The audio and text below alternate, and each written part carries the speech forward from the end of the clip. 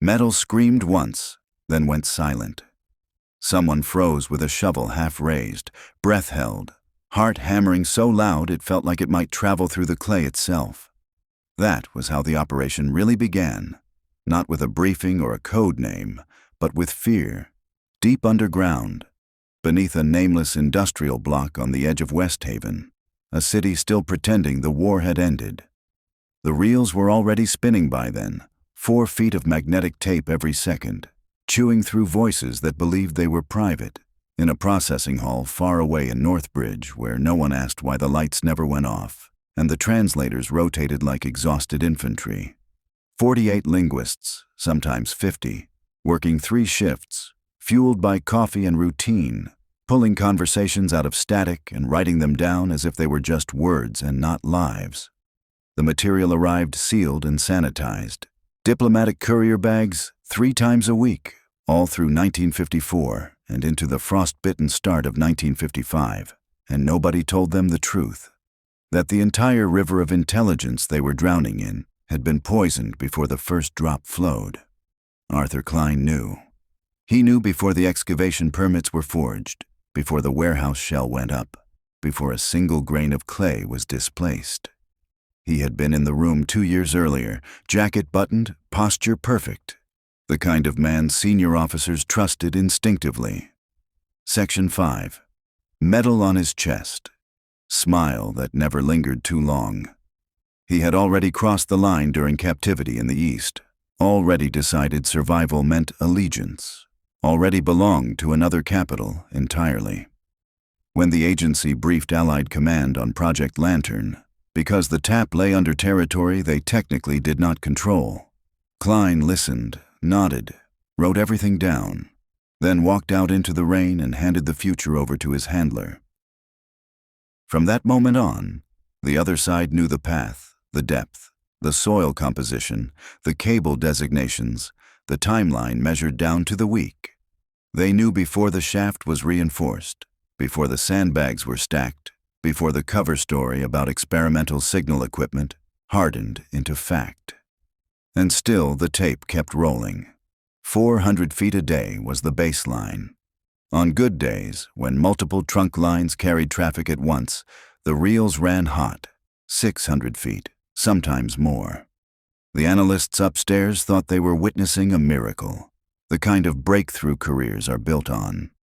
Calls between Eastern Command in Greifenhof and Central Headquarters hundreds of miles away, logistics discussed casually, officers venting, specifications read aloud over lines everyone believed were sealed and armored against the world. The numbers blurred almost immediately. Hundreds of thousands of intercepts, some fully transcribed, others summarized or tagged and shelved because there simply weren't enough hands. Filing cards multiplied. Names cross-indexed, keywords circled in red. Over 1,000 intelligence reports pushed uphill to desks where people tried to assemble a coherent enemy out of fragments. The tunnel operated for just under a year, long enough to feel permanent, long enough for confidence to calcify. What nobody on that side grasped, not then, was that the choice had already been made in the other capital. Shut it down and burn their source, or let it live and decide what the eavesdropper heard. They chose patience, which meant that from the spring of 1954 onward, every sensitive conversation that mattered passed through those cables with awareness. Not all of them. You can't choreograph that much human noise. But the ones that counted could be shaped, diluted, laced with truth just convincing enough to anchor the lie. The people in Northbridge never knew. They just listened, typed, time-stamped, and forwarded, unaware they were building a map drawn by the enemy. When Klein finally surfaced years later, exposed by a different failure, the realization detonated backward through time. Every assessment had to be questioned, every conclusion reweighed. The lights flickered first, a brief stutter in the tunnel that made every man down there look up at once, because in a place like that, light meant life and heat meant survival. 11 amplifiers throbbed against the walls, 50 recording heads spinning non-stop, magnetic tape screaming softly as it devoured voices, and the system ran so hot you could feel it through your boots. They weren't just stealing conversations anymore. They were fighting physics. The electronics bled warmth into the clay, and someone realized too late that heat underground has nowhere to go. So they did the unthinkable. They installed air conditioning 20 feet beneath Eastmark soil, vents snaking through rubber-lined walls. Cold air pushed into a space that wasn't supposed to exist, praying condensation wouldn't form on the wrong contact and kill the entire operation in one quiet spark. It held, barely, for almost a year. What didn't hold was the math. Traffic on the lines exploded beyond forecasts. The engineers had planned for excess, congratulated themselves on margin, and burned through it in weeks. By the end of the first month, every recorder was full, every reel spinning at capacity, and still the voices kept coming. They added machines, rewired racks, squeezed more hardware into a chamber never meant to grow. Tape piled up faster than couriers could move it. At peak flow, the tunnel produced more raw intelligence than Northbridge could physically absorb. Conversations waited. Days turned into weeks. Weeks into months. By the time some transcripts landed on analysts' desks, the units discussed had already moved. The officers reassigned. The moment gone. But they never stopped recording. Stopping meant silence, and silence felt like surrender. Then, on April 22, 1956, the play reached its final act. A maintenance crew from the Eastern Utility Authority broke through the ceiling of the tap chamber with rehearsed precision, and every man involved knew exactly how surprised he was supposed to look. You can see it in the official photographs. Workers frozen mid-gesture, mouths slightly open, officers leaning in with expressions carefully tuned for outrage. The discovery was immaculate. Too clean, too perfectly framed. The capital across the border had known for nearly 2 years, but now the clock demanded closure. The tunnel had outlived its usefulness. Worse, it threatened its own source.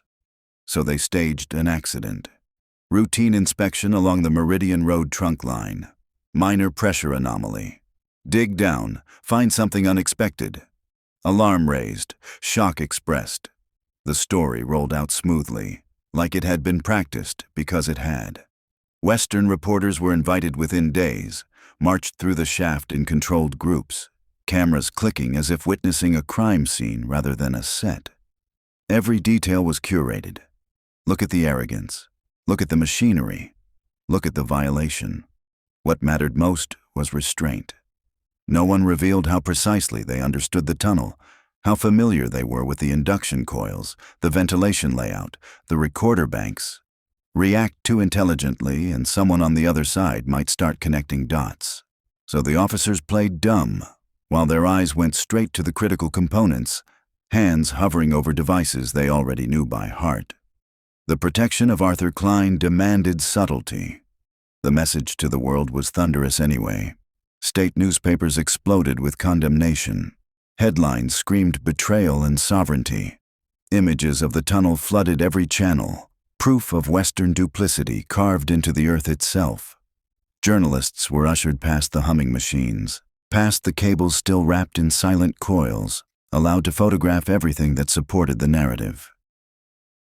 What they didn't photograph was the patience behind it all, the months of deliberate allowance, the knowledge that the enemy had been listening only because they were permitted to listen. What never made the papers was the calendar, the silent months and years Moscow sat with the knowledge and weighed the trade like accountants of deception, measuring what it was worth to let the listening continue versus the satisfaction of exposure. To the outside world it looked like a humiliation, a bungled caper dragged into daylight. Editorials laughed, commentators scolded. The agency was framed as careless, overeager, caught with its hand in someone else's ground. The director stayed silent, and that silence was the only move that didn't deepen the wound, because any explanation would have required admitting a truth far more corrosive. The operation had been compromised at birth and still produced intelligence, and no one could draw a clean line between what was genuine and what was staged.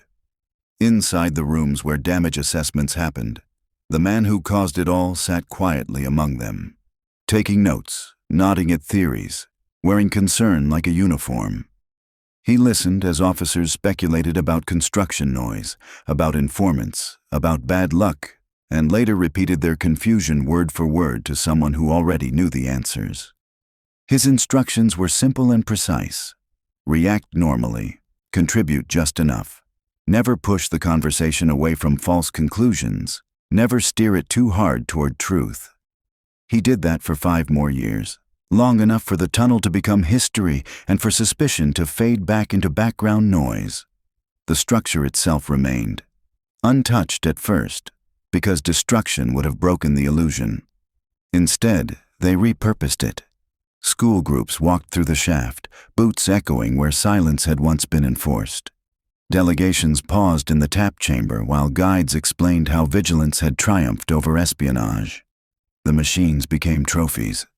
Look at the arrogance, look at the tools, look at how we found them. When the wall finally fell decades later, some of it was still there.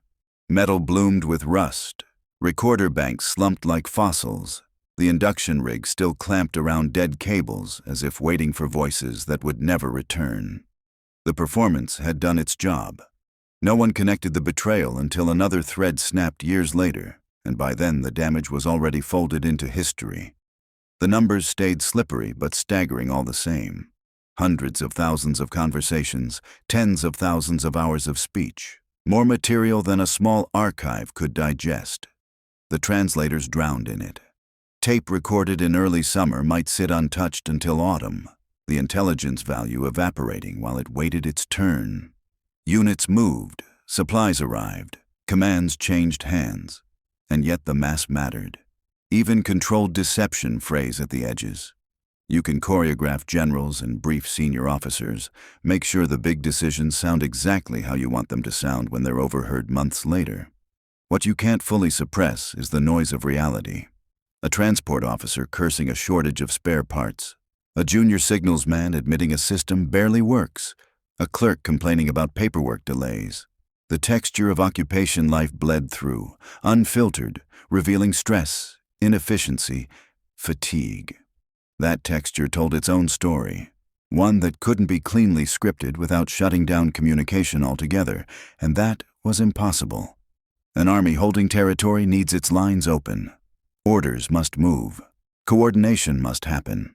And in that unavoidable flow, even a compromised tunnel still carried truths no one on either side could fully control, carrying the story forward toward what it meant to know too much and still not know enough. They couldn't choke their own arteries just to spite an eavesdropper, and Moscow understood that better than anyone. An occupation army that stops talking collapses inward, so the lines stayed open and the words kept flowing.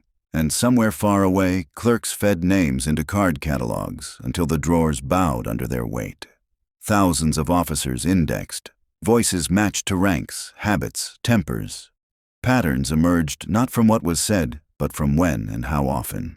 Which units called headquarters at odd hours, which commanders spoke too much, which never raised their voices. Technical slang betrayed hardware models. Casual complaints exposed shortages. Tone alone told analysts who inspired loyalty and who survived on party favor and fear. From that flood came nearly 2,000 reports, polished and stamped and circulated upward, and no one involved could say with confidence how many of them contained truth the other side tolerated versus truth that slipped through because there was simply too much noise to police. Some of it was clearly shaped, strategic signals bent just enough to nudge perception. Some of it was raw and real, scraped from conversations too small to matter to anyone except the people having them. The men reading those reports never knew which category they were holding. They checked consistency, compared sources, leaned on corroboration, aware that a sufficiently disciplined adversary could lie in harmony across channels or salt accuracy, carefully to make the false parts taste right. That awareness poisoned certainty. Once you learn a source was compromised, every sentence becomes radioactive. But throwing it all away means blinding yourself by choice. So they kept it, cautiously, forever hedging, forever doubting, forever circling back. Material captured in the mid-50s still echoed through assessments years later. Feeding long views and quiet footnotes, the question never resolved of how much had been sculpted upstream. No definitive reckoning ever surfaced. Maybe it still sleeps behind classification stamps. Maybe no one wanted to put their name on an admission of ignorance. I picture the transcripts aging in silence, paper curling, cross-references intact, voices frozen on reels no one has threaded in decades. And at the center of it all was the man who had been there from the first sketch on a briefing board, Henry Vale. Intelligence liaison, war record impeccable, captivity in the East turned into a medal instead of a warning. He walked into that initial conference in late 1952 and wrote neatly like everyone else. He belonged in that room. He always had.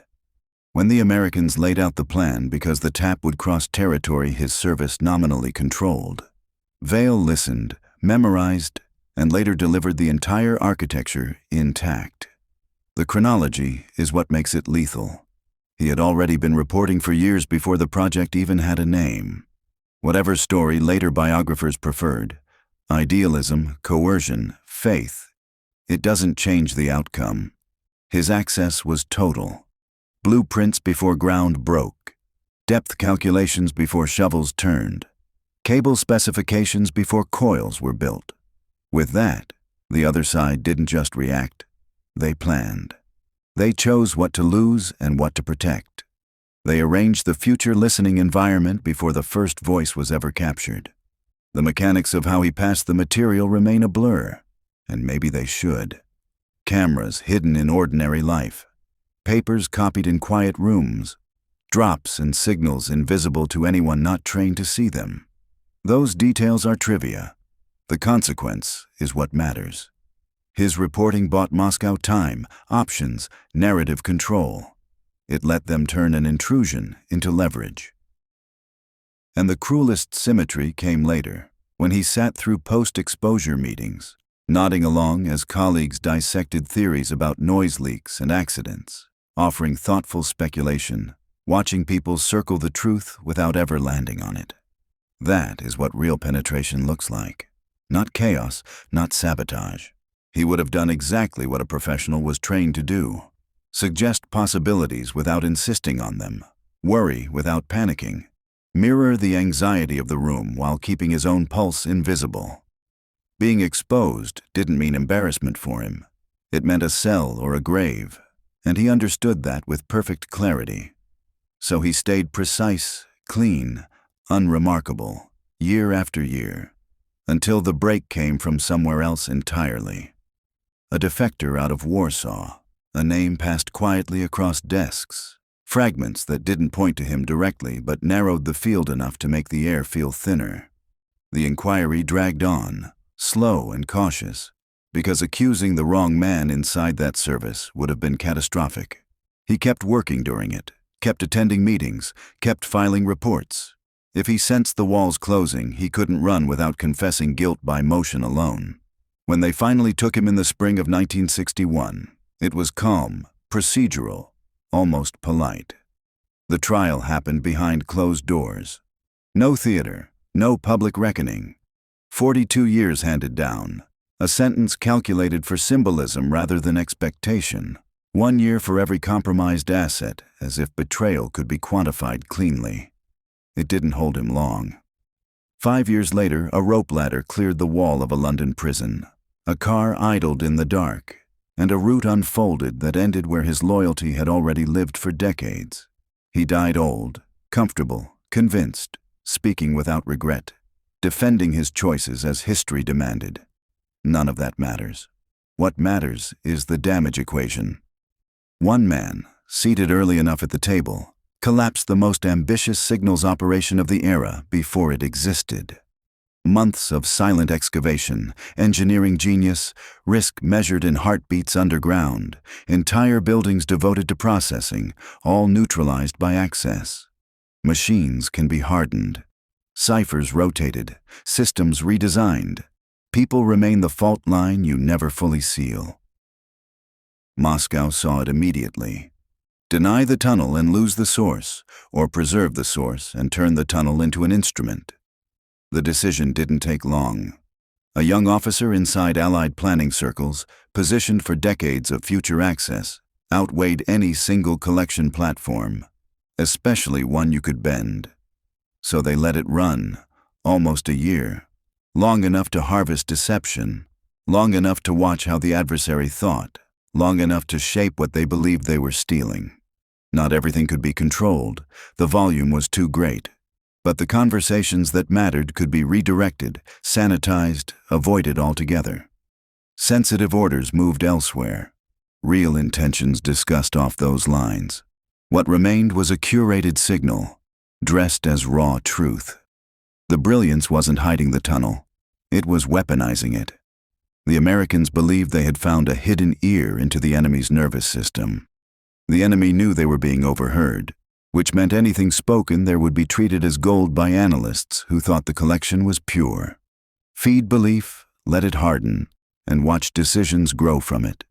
The specifics of what false impressions traveled those cables may never surface, and that's intentional. Revealing them would expose a playbook still relevant. What's clear is the logic. Control the lesson, not the channel. The 11-month lifespan wasn't arbitrary. It suggests extraction until marginal value declined. Perhaps they were waiting for something else to come through their source. Perhaps the risk profile shifted. Perhaps exposure itself became more useful than silence. When the discovery came, it was precise, staged, restrained enough to protect the asset while delivering spectacle. Newspapers ran with outrage, exhibits were built, school children toured the evidence of foreign intrusion, and the man who made it all possible kept working quietly for years, providing intelligence of a kind no tunnel ever could. That's the imbalance at the core of the story. One side poured concrete, steel, tape, and manpower into a single audacious system. The elegance of it is almost offensive. Years of design, precision digging, heat-managed electronics humming in the dark, all neutralized by a man who sat in a chair, listened carefully, and passed his notes across an invisible line. And yet the machine still ran, the reels still turned, the words still piled up, and not all of them were lies. That is the discomfort no damage report ever fully resolved. Control at that scale is a fantasy. You can brief colonels and generals, you can warn departments, you can redirect the conversations that shape strategy, but you cannot choreograph an army's daily friction. People forget instructions. They trust systems they've used for years. They talk because work requires talking. And in that noise, truth leaks. Small movements that never rise to strategic planning. Complaints that reveal what equipment is actually in the field, not what inventories claim. Grievances that expose which commanders are respected and which survive on titles alone. That texture mattered. It didn't decide wars, but it built a picture of how power actually functioned under the slogans. The gap between doctrine and reality surfaced in offhand remarks and irritated voices. A signals officer reading out specifications because he needs a problem fixed. A transport chief listing vehicle types and fuel burn because logistics don't work without specifics. Those details bled through because suppressing them would have meant paralyzing the system itself. Even deception prefers strength, not invented weakness, and so failures, shortages, and shortcuts slipped into the record. Tone proved harder to fake than content. Authority, fear, competence, disdain, all of it audible. Analysts learned who commanded by respect and who by threat, which mattered long after unit rosters changed. Movements were the hardest thing to fabricate. A single scripted call is easy. Coordinating a relocation across multiple units over days without leaving a real pattern is not. It was simpler to move forces as needed and accept that fragments would be overheard. Those fragments often carried the most honest signal of all: limits. Equipment that broke too often, procedures ignored when inconvenient, systems less resilient than official confidence suggested. How much of the archive was useful versus poisoned will probably never be known. Even with every file open, you'd still need to reconstruct intent on the other side, and intent is the first casualty of time. The people reading the transcripts then didn't have that luxury. They graded uncertainty, cross-checked obsessively and kept working because discarding the material entirely would have meant choosing ignorance. And then, one morning in the spring of 1956, a shovel struck void. 6 feet down under a routine maintenance order, a chamber appeared where none should exist. The alarm rose on schedule. Outrage arrived quickly. Cameras followed as if summoned. The tunnel was not destroyed. It was curated. Children filed through it. Delegations nodded gravely at the machinery. The narrative hardened into concrete. Decades later, when borders dissolved and slogans emptied out, inspectors found the remains exactly where they'd been left. Rusted, seized, silent. A perfectly preserved absence. The shaft sealed, the entrance erased. But the tunnel itself still runs beneath the city, a hollow line through clay that once divided worlds and now connects nothing at all. A structure built to listen that outlived the voices, the nations, and the war that justified it.